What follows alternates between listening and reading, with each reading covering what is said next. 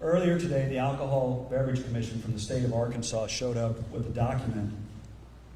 They then physically entered the building, ripped our permits and licenses off the wall, and virtually shut us down from conducting business in this facility that we've built and developed here in this city. And they did this all the time while we were evaluating and having discussions at the state level over a cease and desist order that was issued out of the Arkansas Department of Health. So basically, we've been punished for thinking about doing something or considering while we're evaluating. It's very Minority Report and Westworld, which I thought were pieces of fiction that are now a reality in this country and this state. In that same document, however, they said if we would publicly announce that we will move this show to May 18th, that they would bring our licenses back and let us continue doing business. Doesn't feel like America to me. It's disheartening. So due to the actions by the state of Arkansas, the Arkansas Health Department, and the governor's office, we are applying to move this show to May 18th to be in compliance with the directive from the Arkansas Department of Health and the governor's office, against our will. We've been told that requiring masks to be worn on May 18th was the only thing that we were not compliant with as far as a guideline. We are in the process of submitting that application, and at the point that we have approval from the state, we will make those changes to that show date to happen on May 18th. Your tickets that you have bought will be good for that show.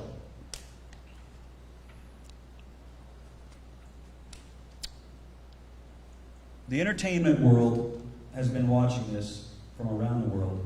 We've fielded questions and interviews from China, Japan, Scotland, Ireland, the UK, Spain, everywhere. The people in the entertainment industry, like Travis and Lauren and Lance Dierker and everybody with our production team, they're out of work across the country because we've shut down for this virus. And I'm not taking it lightly. There have been lives lost and people's grandparents, uncles, friends, sisters, cousins, brothers. It's sad. But we can't stop what we're doing. The cases, as you can see, are slowing. In the state, in Arkansas and Sebastian County, where we are, I think we're at 15 cases with 0 deaths.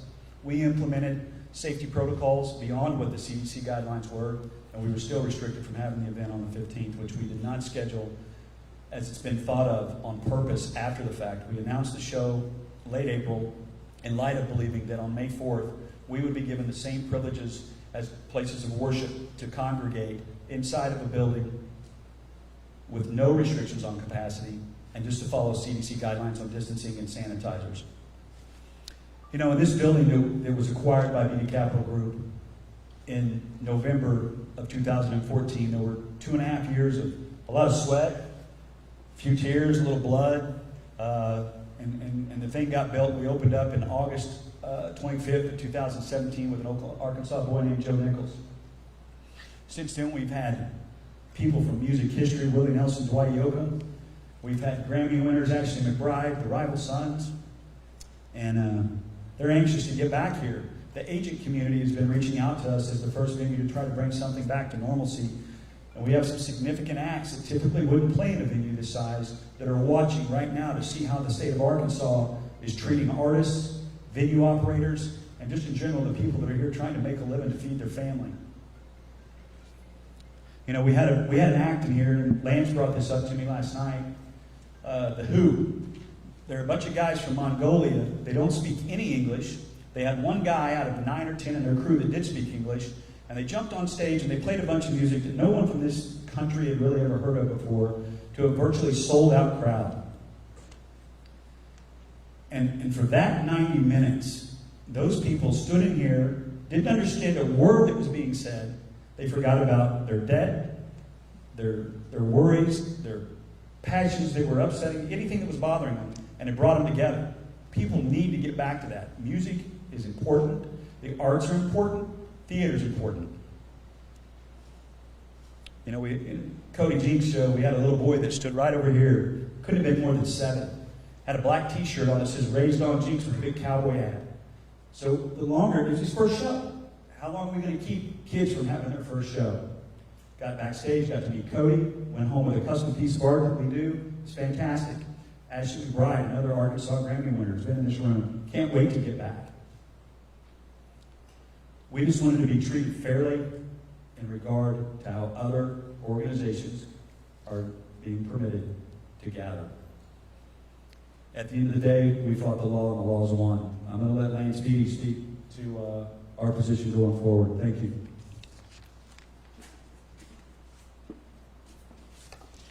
Thank you, Mike. I appreciate that. I've got a few comments. First of all, let me just say that I tried to evaluate my thoughts on this whole episode and how I felt about it. Was I angry or was I frustrated? I guess I'm disappointed. I'm sorely disappointed. As they say, I'm from here. I grew up here. My parents were teachers here. My mother was a guidance counselor. We've worked to breathe life into this building. And, this show was done and announced, I believe, the 22nd of April.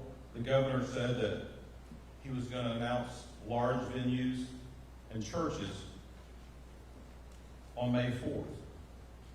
Well, it was our expectations that venues and churches were congregate gatherings, and I don't see how you can say that you can do something 2 blocks up the street, but you can't do it in this beautiful theater with more stringent protocols. So, that being said, I'm not the governor. And I don't have a lot of good options. So, look, here's my comments. We recognize,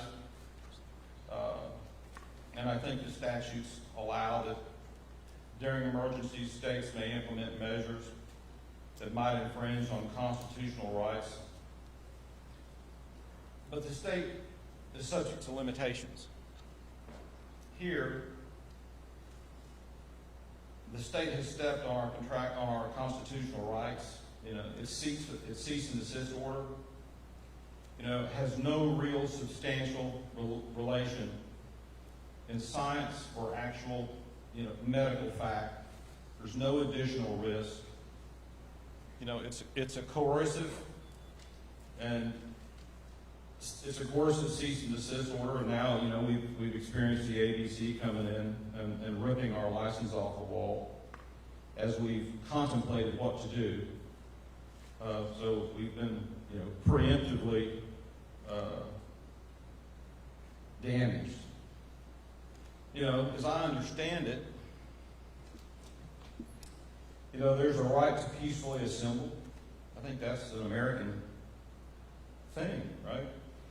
Even if some part of that is exercising our right to disagree, which we are attempting to do that, we have a right to be treated equally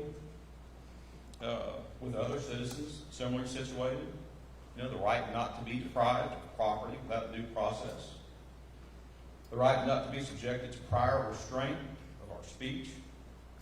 Out-of-state visitors, the right to travel and engage in interstate commerce.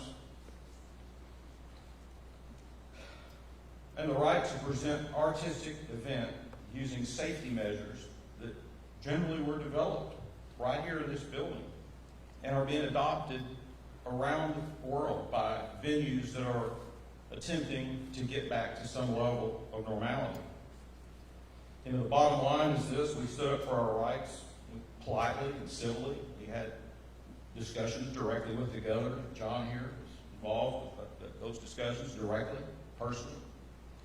And then without, really in a discourteous manner during his press conference, the governor reversed himself from Friday to Monday, and politics and power got involved.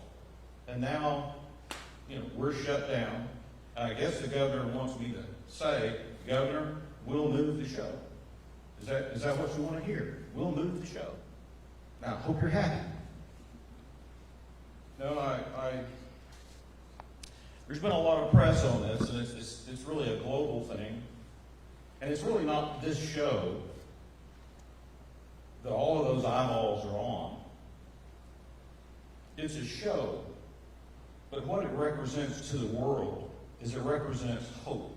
It represents one step that possibly people can get the lives back that they had. And that is done through, the laughter and entertainment and the joy and hope of live performing arts. And we have developed a protocol to allow first steps. And that's what the world is looking at. And those hopes were dashed today. And so that's disappointing. I think I'll close with this comment, and I think it's a pretty serious comment.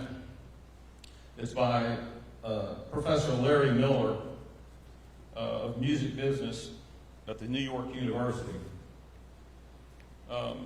He says, I think we can view this as a responsible experiment that a serious operator of a serious venue is able to undertake. I think that's a good comment. And,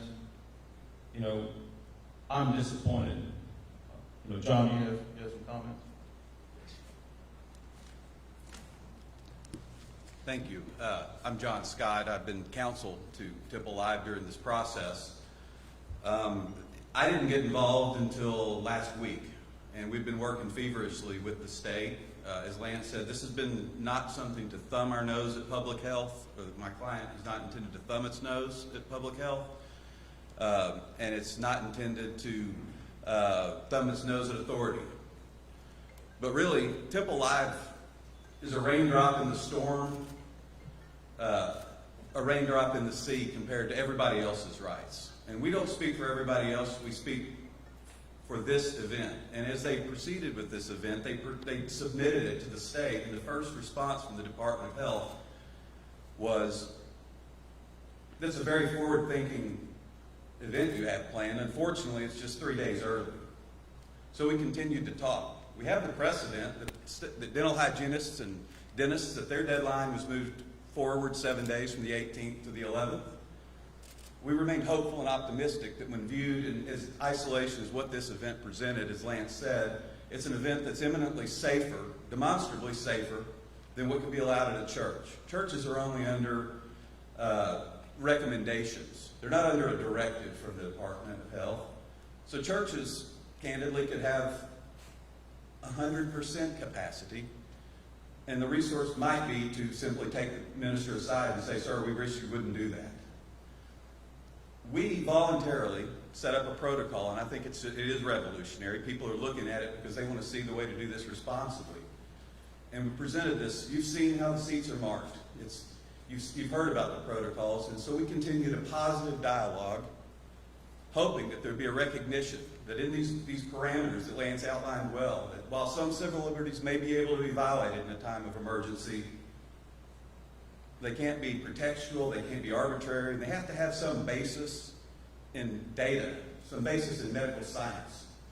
We've not received any medical data or science that there's been a study that this event as proposed would cause 1 ounce of more danger to society than what we see going on at restaurants, what we see going on in churches, in gyms, at Lowe's, at Kroger grocery store.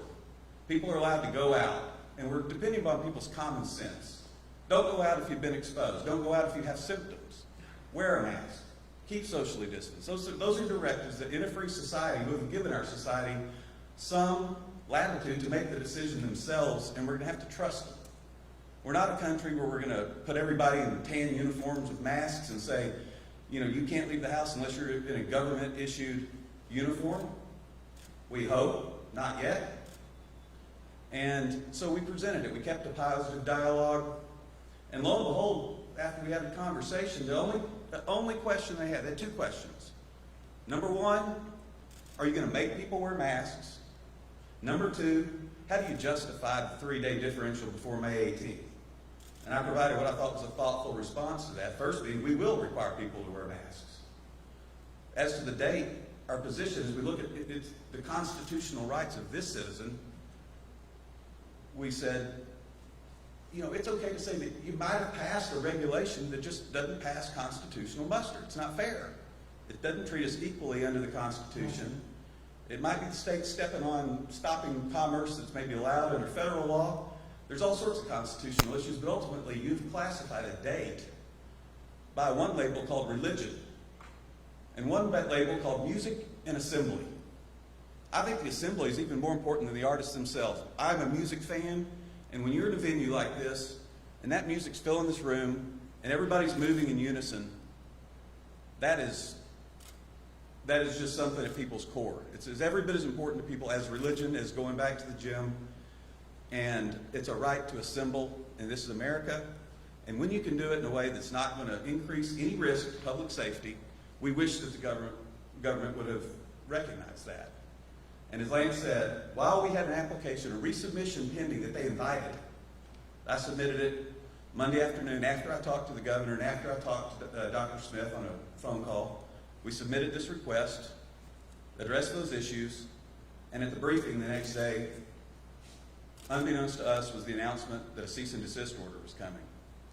We weren't served with the cease and desist order, but I contacted the state politely and said, I'll accept service of it. Please send me a copy of it. We'd like to see what this order looks like.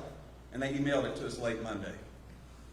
As we considered our options, we knew that over the weekend they increased the limit so that you could have more than 50 people in this venue. So we accomplished something. We think, a lot, because as it stood, we might not have even been allowed to have this event as of the 18th. As it stands now, we're optimistic we'll be able to have it. So we did accomplish something. We didn't just say, yes, government, what can we do for you? How can we comply? We pushed back politely with a positive light for an absolutely indisputable positive purpose. And this morning, as we're in the final phases of deciding what the client is going to do, the ABC showed up with this ex parte order. And those who know law, ex parte means they just signed an order. We didn't even get a chance to have our say. They walked in the building, took the license, left.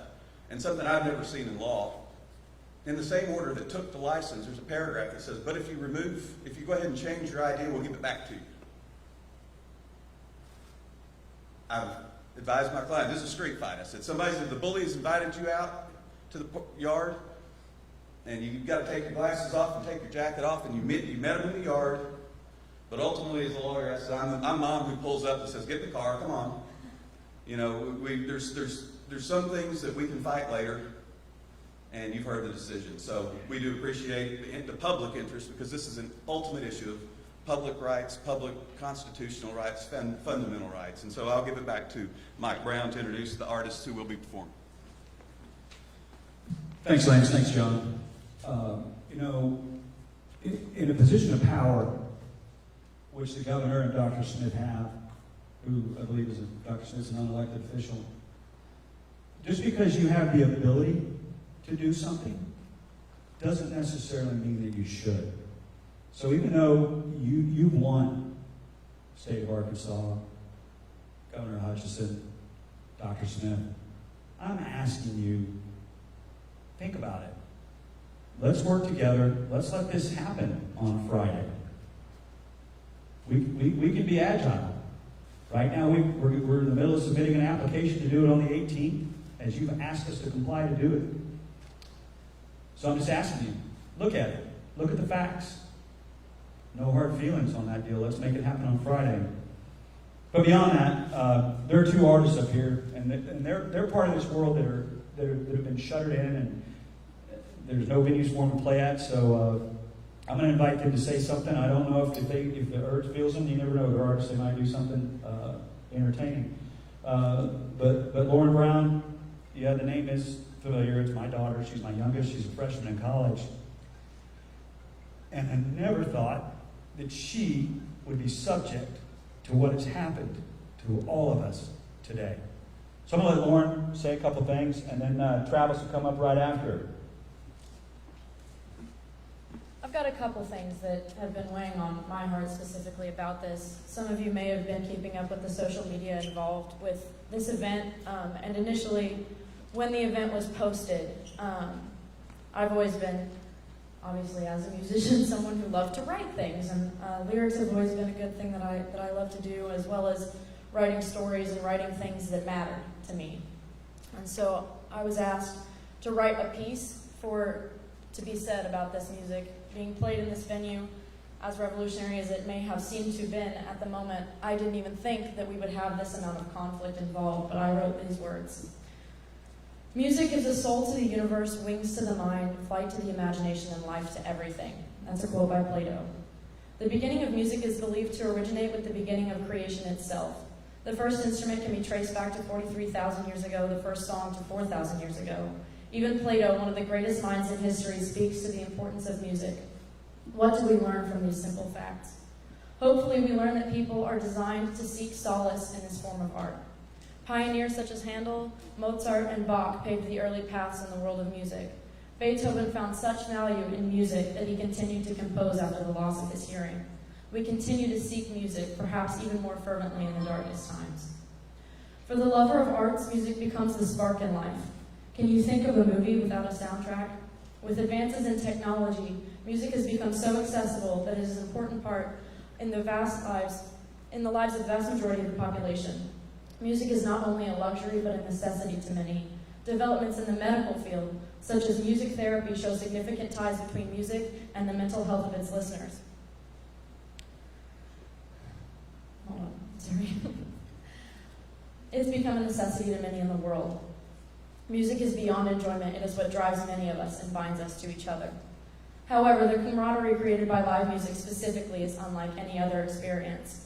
That feeling you get when a band takes the stage, you feel the beat in your chest and the bass shakes your entire being. The next thing we do, however, may be the most spectacular part of the live experience. Once we've enjoyed the sight of a band taking the stage, we look to those around us. Even for just a moment, even just to share a glance or a smile. For a few brief moments, we are all united by the love of an artist. These are moments that bring us to life, and we won't have that life taken from us. Music is all around us, and music is essential. And I truly believe these words, as well as I just wanted to bring attention to the fact that artists are not the only people being affected by this. There are so many unseen professions in what we do in live music that aren't being consoled right now. I mean, you have your photographers and your lighting crews and your stage hands and everyone, security guards, ticket scanners, and countless other people that aren't being named right now that we should be thinking of as well. And I know Travis wants to say a few words, so I'll let him. Good afternoon. My name's Travis McCready, and I'm here to play music in the safest way that I can, whenever permitted. Thank you.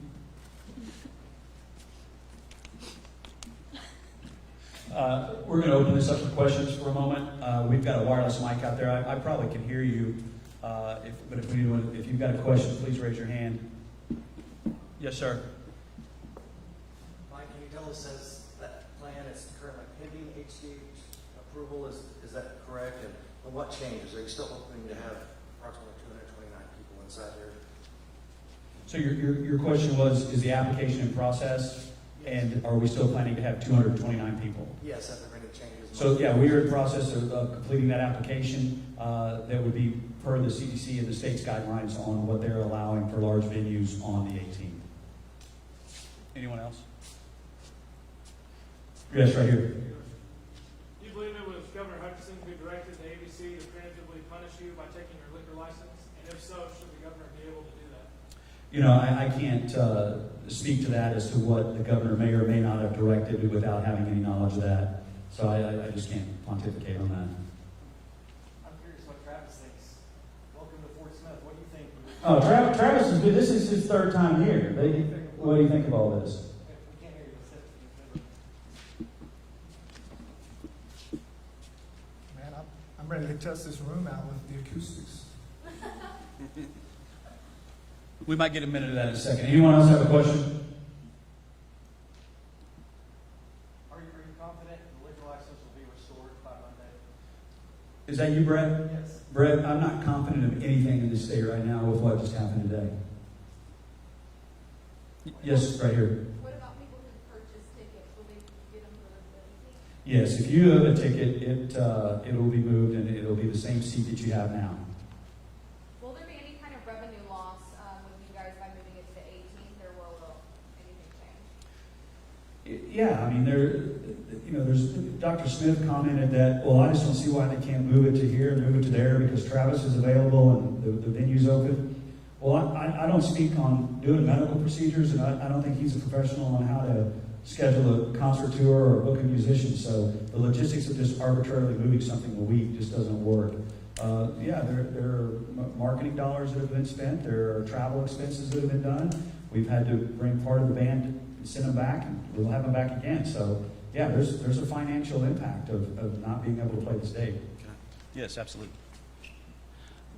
On the question of whether or not the event will be approved and whether or not the license will be reinstated, I want to make that official right now. As to what was in the ex parte order was if we publicly announce that we're going to have the event as of May 18th, they will return the license. And so my request to the ABC or whoever hears that, please return the license within the next few hours today during business. Without any further formalities, please bring it back, put it back on the wall. And we also ask and expect. I mean, the people have been polite and cordial that I have dealt with, and the license, I mean, the application is substantially the same. We've been told that the only holdup was the date, and so we're confident that if treated fairly, that will be approved for the 18th. But again, I make that public request that we have been trying to assess options. The only delay with getting the application in earlier today was the development with the ABC. But we'll get that in, and our respectful request to the government, state government, and agencies is to do what you said you would do. Thank you. Go ahead, Brett.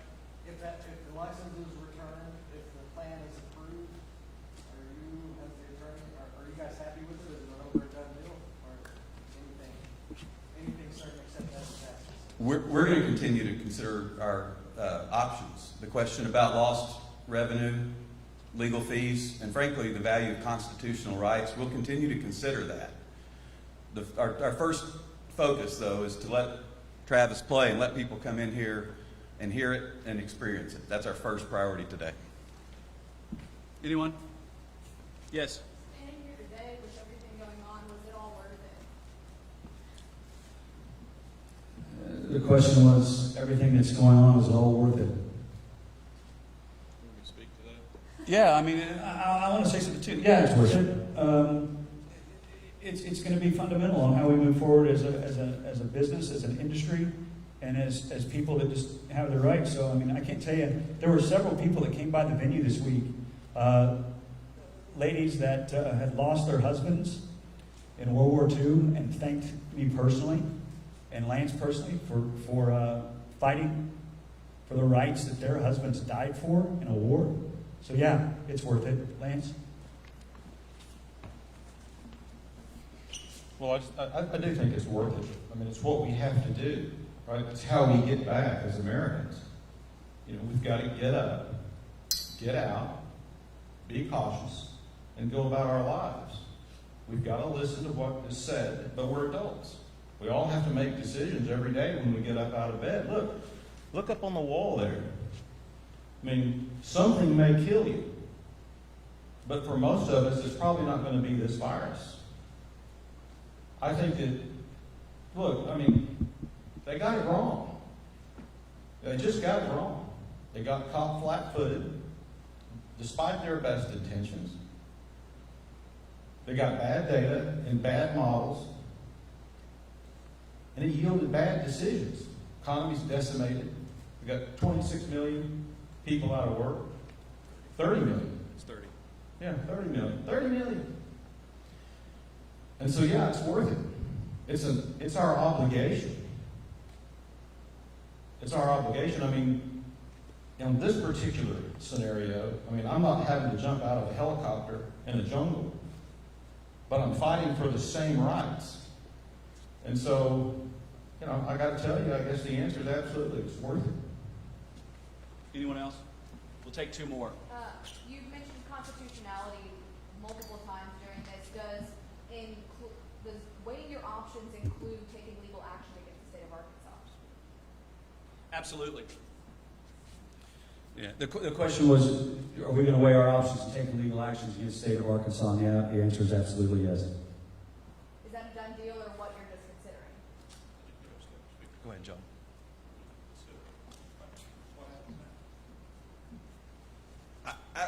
I don't think anything is a done deal. I think we are considering those options, and I just think to pick that fight and make that threat right now is premature. If the state wanted to reach out and say, you hold this event Friday night as planned, and we could work out a deal, that would probably tie it up in a bow and a box. And again, we invite that. It'd have to happen real quickly. And but you know, I'll advise them. We'll get the best legal minds we can. Some of this is over my head. You know, there are people who we've talked to at a national level, national First Amendment people, who see a problem with it. Guys, thank you for coming out. We really appreciate your time. I think Travis is feeling a little moved right there.